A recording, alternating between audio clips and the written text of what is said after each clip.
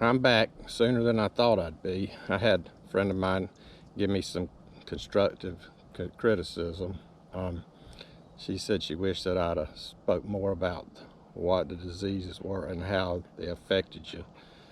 So I'm back with a quick little video on that. And the multiple myeloma is basically it's cancer of the plasma cells. It's the white cells in the bone marrow, and what it is, it becomes cancerous, and it can damage like the bones, the kidneys, the immune system.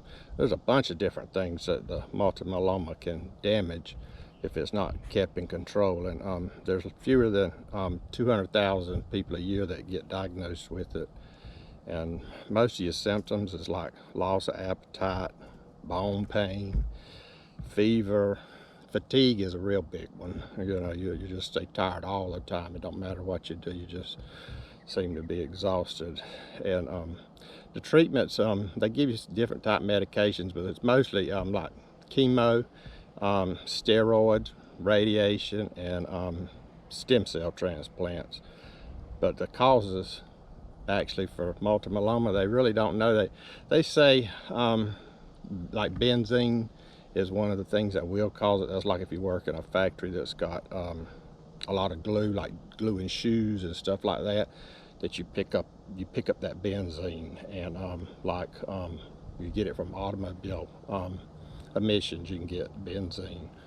But they don't know really what the cause is, but all they know is it's one abnormal plasma cell that starts out abnormal, and it just rapidly starts growing, and it starts pushing the good cells out where they can't do anything. So it's a tricky little disease, but that's mostly what I know about the multiple myeloma. And then you have the amyloidosis. That, to me, is actually more deadly than the multiple myeloma. And the reason I say that is because by the time they find the amyloidosis, usually you're too far gone. They can't help you because it's done so much damage. Because it mimics a lot of different diseases, And like with me, it was congestive heart failure that set it off, And they run me through the mill with that. I went through heart casts, stress tests. I mean, they wore my poor little old heart out, going in there trying to mess with it, and just actually never came up with anything till I got to Mayo, and then they were the ones that saved me. But what that is, it's a buildup of the amyloid proteins, abnormal ones. Well, what that is when a protein is supposed to unfold.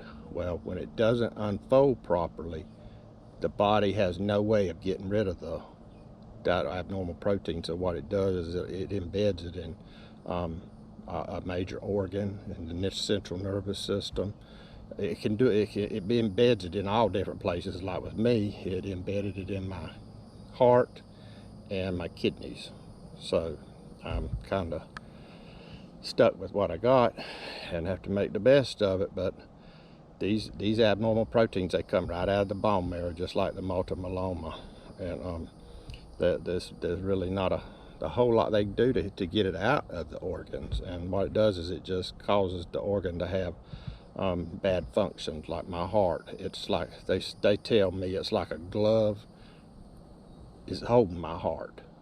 My heart is I don't have but like 30% blockage the last time they done heart cast. So to me, that's pretty good for a 50-something-year-old person. But once it's damaged, there's not much they can do. They've had some trials out to try to get something that will regress that protein out of your organs, but they haven't come up with anything yet. Everything seems to fall through. But they had a good one that was coming up. They stopped that trial, but the last I heard, they were going to try to start that trial back to see maybe, I don't know why they're going to try to start it back. If it wasn't no good to start with, why are you messing with it? But they're the professionals, not me. But mine, my main problem is the heart and the kidneys. And the treatment that they have for the amyloidosis is the same thing for multiple myeloma. The stem cell transplants, chemo. Now they use a lot of diuretics with the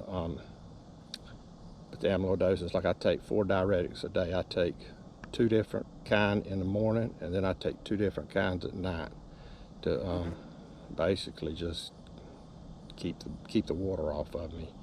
And they use a lot of blood thinners, and they like to keep your heartbeat real low. If you're not careful, they'll have you dizzy, about to faint all the time. That's what they done with me, and I was got to the point I was like, you know, we're not gonna have this low blood pressure. I'm cutting it out, and my blood pressure is like 110/70 all the time, you know.